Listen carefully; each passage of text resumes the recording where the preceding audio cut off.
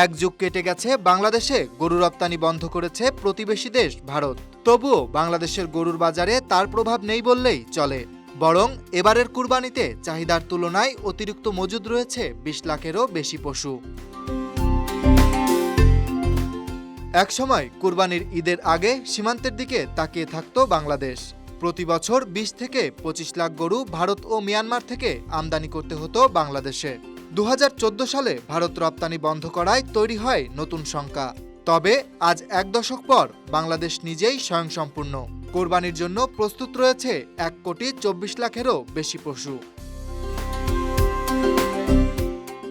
এবছর দেশে ৮,৮৭,০০০ খামারে প্রস্তুত হয়েছে কোরবানির পশু।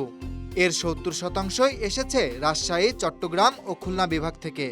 রাজশাহী থেকে ৪৩,৪৪,০০০, চট্টগ্রাম থেকে ১৯,৭৪,০০০ এবং খুলনা থেকে এসেছে ১৪,৩৪,০০০ পশু। এই তিন বিভাগই কোরবানির বাজারে সবচেয়ে বড় যোগানদাতা। এবারের কোরবানির পশু বিক্রি থেকে দেশের অর্থনীতিতে আসবে প্রায় ১ লাখ কোটি টাকার প্রবাহ।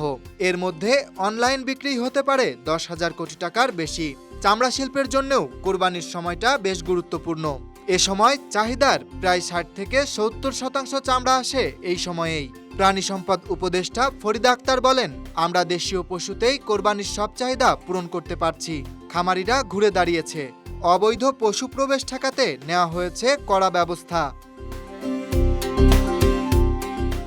গত বছরে কৃত্রিম প্রজনন হয়েছে প্রায় ৫৬ লাখ পশুর। তবে চ্যালেঞ্জও আছে।